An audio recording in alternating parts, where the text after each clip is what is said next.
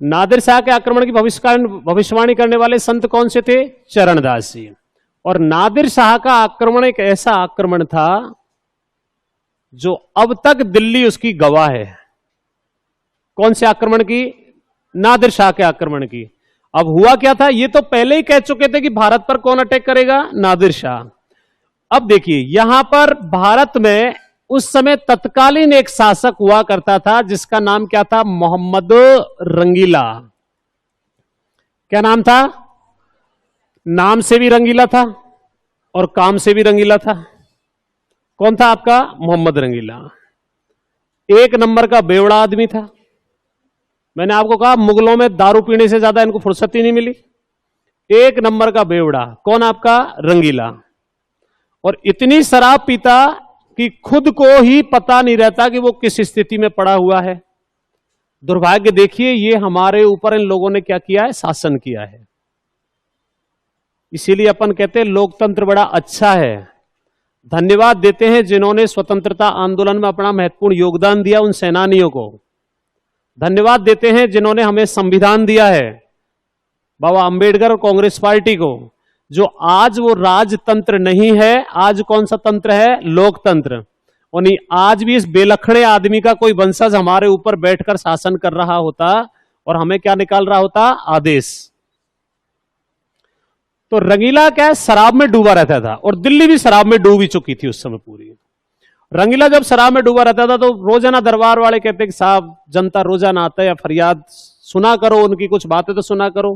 भाई पहले आज जैसे मुख्यमंत्री जी जन सुनवाई करते हैं, अपने मंत्री वगैरह जन सुनवाई करते हैं, वो तो फेसबुक, सोशल मीडिया, ट्विटर पर डाल देते हैं जन सुनवाई कार्यक्रम, अब लोगों को दिख जाता है। लेकिन उस समय तो कोई ऐसा था नहीं, वो शराब में डूबा रहता था। तो जब शराब में डूबा रहता था मोहम्मद रंगीला, तब क्या हुआ कि एक दिन दरबारी आया। उसने कहा साहब जनता को आते आते जनता परेशान हो गई है और एक बार उनकी फरियाद सुन तो लो। और वो बंदा सुबह सुबह पैग मार रहा था, शाम की नहीं उतरी, सुबह उतार रहा था उसको उतारने के लिए। बोतल लेके बैठा था, बोले चल जनता को देखते हैं आज। और वो साहब चल दिया, जनता दरबार पीछे पीछे और रंगीला आगे आगे। रंगीला की स्थिति देखो साहब, बिल्कुल जिंदाबाद, शरीर पर एक कपड़ा नहीं, उसको खुद को ही पता नहीं कि मैं कहां हूं क्या हूं। और वो सब बैठ गया कुर्सी पे जाते ही। कुर्सी पे जब जैसे जाके बैठता है तो जनता जैसे देखती है, जनता ने नीचे की तरफ मुंह कर लिया। बोले क्या काम है भाई, जनता बोलिए। अब बोले कौन? बादशाह को कि देख तो सही मामला क्या है। कौन बोले उसको? अब आपस में जो पब्लिक थी वो नीचे आपस में सारे करे, आपस में कोहणियां मारे कि देख तो सही है बेलखड़े आदमी के कारण। किसी ने एक ने हिम्मत की थी, साहब नीचे तो देखो। साहब ने देखा तो सारी दारू उतर गई साहब उसकी। अब यार उसको अपनी बेइज्जती फीलिंग तो हुई थी कि यार अब इनके सामने भी ये कहूं कि यार गलती से मैं कपड़े पहन के नहीं आया तो ये क्या होगा मामला। ये कहेंगे यार ये कैसा आदमी है। उसने कहा तो क्या हुआ, आज का ड्रेस कोड यही है, तुम भी कपड़े उतारो आज। और ऐसा बेलखड़ा आदमी था जिसने नंगा दरबार चलाया था, खुद नंगा था और दूसरे जो लोग दरबार में जो लोग आए थे वो नंगे बिठा दिए थे इस आदमी ने। क्या उम्मीद कर सकते हैं ऐसे बेवड़ों से? अपन कर सकते हैं कुछ उम्मीद? उसी समय साहब जनता की जन सुनवाई हुई, जनता का ड्रेस कोड रहा। मैंने कहा ना, भले हैं अंग्रेज, भले हैं लोकतंत्र, भला है संविधान जिनकी वजह से अपन बैठे। और ये इसका क्या जाता? बोले क्या देता, कल जयपुर में साहब जिंदाबाद घूमेंगे। क्या जाता है इस आदमी का? ये तो आदेश निकाल देता। उसकी समय ईरान का एक बादशाह था, ईरान का एक बादशाह जिसका क्या नाम है? नादिर शाह। ये नादिर शाह भारत पर अटैक करने आता है। इसका भविष्यवाणी पहले कौन कर चुके थे? चरणदास जी। नादिर शाह जब अटैक करने के लिए आता है तो रंगीला से लोगों, ये रंगीला भारत का शासक था, लोगों ने कहा साहब ईरान से चल दिया है। बोले तो हनुद दिल्ली दूरस्त, दिल्ली अभी बहुत दूर है। उन्होंने कहा साहब अफगानिस्तान क्रॉस कर लिया है। कि बोले तो दिल्ली, बोले साहब पाकिस्तान वाले पंजाब में है। कि तो क्या हुआ? फिर अपने वाले पंजाब में आ गया। बोले साहब हरियाणा आ गया, हरियाणा से आगे क्या पड़ेगा? दिल्ली पड़ेगा, कुछ सोच तो सही। तब उस बेलखड़े आदमी ने कहा सेना सजा और चलो। और जाकर ईरान, जो ईरान का बादशाह था मोहम्मद रंगीला, ईरान के बादशाह में करनाल कहां है? हरियाणा। इस करनाल में युद्ध होता है और ढंग से युद्ध हराता है कौन? नादिर शाह। किसको? मोहम्मद रंगीला को। ऐसा हराता है कि रंगीले की हिम्मत ही नहीं होती वापस रंगीन संगीन काम करने की। ये दिल्ली आ गया, अब युद्ध हार गया तो संधि की बात आई। रंगीला ने किसी को कहा यार उससे जाके समझौता करो थोड़ा बहुत। और नादिर साहब भूखे देश से आया था, वहां क्या था? कुछ नहीं था, पीने का पानी नहीं है, वहां पेट्रोल डीजल है। उसने पैसे नहीं देखे, अपने यहां पैसे बहुत हैं। तो यहां पर एक हैदराबाद का सेनापति, कहां का सेनापति था? हैदराबाद, चिंकलिज खान। क्या नाम था? चिंकलिज खान। चिंकलिज खान को किसके पास भेजा? नादिर शाह। नादिर शाह से कहा अस्सलाम वालेकुम। वालेकुम सलाम। और अल्लाह की तरह सब खैरियत? सब खैरियत। तू तो ये बता क्या मामला, क्या करना है? दिल्ली तोड़ू या फिर वापस जाना है? कि साहब वापस जाओ, ये रकम मैं आपको 50 लाख। बोला 50 लाख? उस भूंगड़ आदमी के 5 लाख भी नहीं देखे हुए थे कहीं, बावरी झालर था वो आदमी, उनके पैसे नहीं देखे थे। बोले 50 लाख? कि हाँ। बोले मैं दिल्ली जाऊंगा ही नहीं, तू मेरे 50 लाख दे, मैं वापस जा रहा हूं। उसने पैसे नहीं देखे थे नादिर शाह ने। फिर साहब नादिर शाह जैसे हैदराबाद का जो सेनापति था चिंकलिज खान, वो वापस आता है। साहब रंगीला रंगीन संगीन होके बैठा था। उन्होंने कहा क्या हुआ, समाचार तो दे। बोले साहब पार्टी करो, डन हो गया मामला, जा रहा है वापस। उसी समय एक अवध का राजा बैठा है।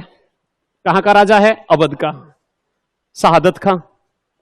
उसने कहा यार ये नंबर बढ़ा गया चिंकलिज खान, अब रंगीला तो सब कुछ इसी को मानेगा, अपना तो कोई नंबर नहीं आएगा। इसको सेनापति बना सकता है, इसको कोई क्षेत्र दे सकता है, अपन तो मारे गए। वो चुपचाप गुप्त रास्ते थे सावध का किसके पास पहुंच जाता है? नादिर शाह। बोले मैं आई तो रहा था 50 लाख की बात हो गई। भूंगड़ आदमी 50 लाख? बस दिल्ली चल, मैं 20 करोड़ दिलाऊंगा तेरे को। हैं 20 करोड़? कि तू चल तो सही, 20 करोड़ लाके दिलाऊंगा मैं। बादशाह के पास इतना पैसा है कि कभी नहीं है। उसने कहा चल दिल्ली, तू आगे चल, मैं चल रहा हूं तेरे साथ साथ। और सादत खां और नादिर शाह साहब कहां आ जाते हैं? दिल्ली में आ जाते हैं। मोहम्मद रंगीला करे मरवा दिया तुम लोगों ने तो। नादिर शाह ने कहा कि 3 दिन का टाइम है, 3 दिन में मुझे कितने चाहिए? 20 करोड़। अब यार 3 दिन में 20 करोड़ कहां से? वहां 3 दिन में 20 करोड़ नहीं होते हैं। तो अवध का शहादत जो खां था वो क्या फांसी खा के सुसाइड करके मर जाता है।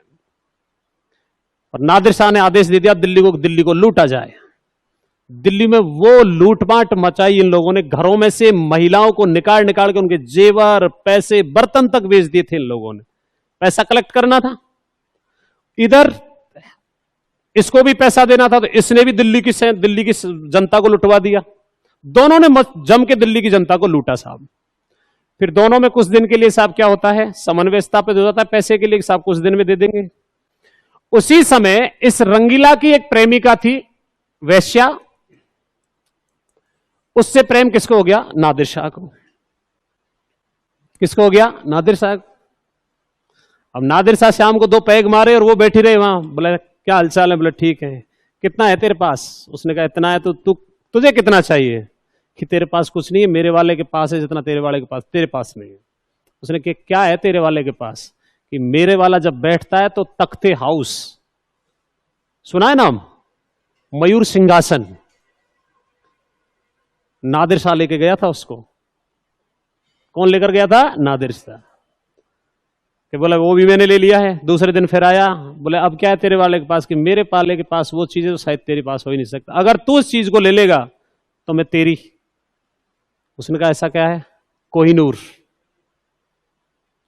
जिस हीरे के जिक्र करते हो आप लोग, वो हीरा यहीं से गया है, इसी बेलखणे आदमी के हाथों से गया है। तो उसने कहा मैंने तो कहीं देखा ही नहीं कि उसके किस में लगा हुआ है? मुकुट में लगा हुआ है।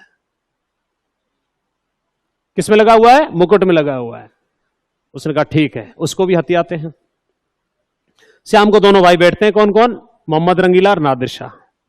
दोनों 2-2 पैग मारते हैं। और जब पैग सुरूर उतरने लग जाता है तो व्यक्ति की पता नहीं कहां की बातें निकलने। तू जानता नहीं है मेरे को, मैं भाई साहब पूरे राजस्थान में आग लगा दूं, पूरे भारत में आग लगा दूं, 2 पैग से लगा रहा है और उसकी हिम्मत नहीं है कि वो जाकर कहीं किसी से तू तो कह दे। और खूब दारू पी साहब दोनों ने दबाकर। उसके बाद में नादिर शाह ने फेंका अपना पासा। उन्होंने कहा यार दोस्ती दोस्ती कहता है, दोस्ती में तूने दिया क्या है मुझे? कि क्या चाहिए बोल, पूरी दिल्ली तेरी। अरे दिल्ली तो मेरी है, तेरी थोड़ी है, तू तो किराए का मेहमान बैठा है अब, तो और क्या चाहिए तुझे? कि हमारे तो जब दोस्ती होती है तो पगड़ियों का आदान प्रदान करते हैं। और उस बाबरी झालर को पता नहीं था कि मेरे मुकुट में क्या लगा हुआ है।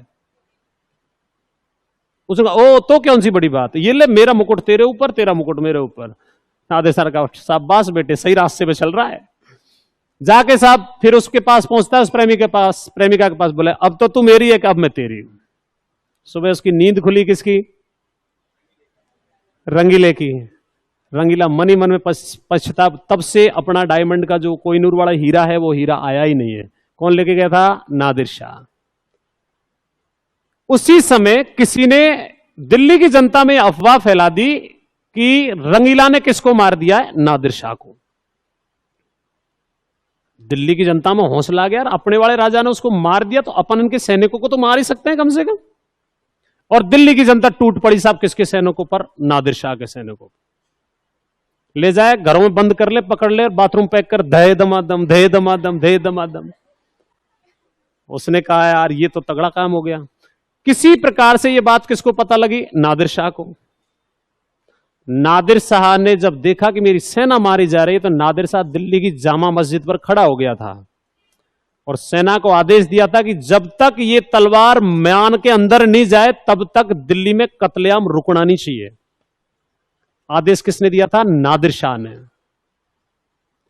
उसी समय इतनी भयंकर मारकाट मचाई थी दिल्ली में, महिलाओं को पकड़ पकड़ के महिलाओं के साथ बलात्कार किए गए, गर्भवती महिलाओं के गर्भ काटे गए, बच्चे और बुजुर्गों को काट काट कर मीनारें चिंदी थी दिल्ली में।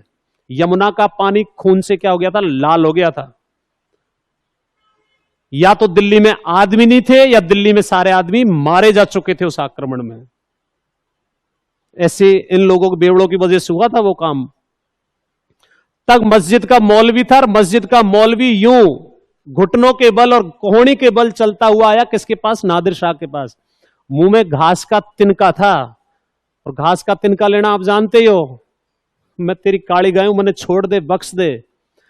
उसने आते नादिर से कहा कि अगर तू अल्लाह का बंदा है, अगर तुझमें अल्लाह का वास्ता है, तो मृत व्यक्तियों को पुनः जिंदा कर, फिर इनको काटना।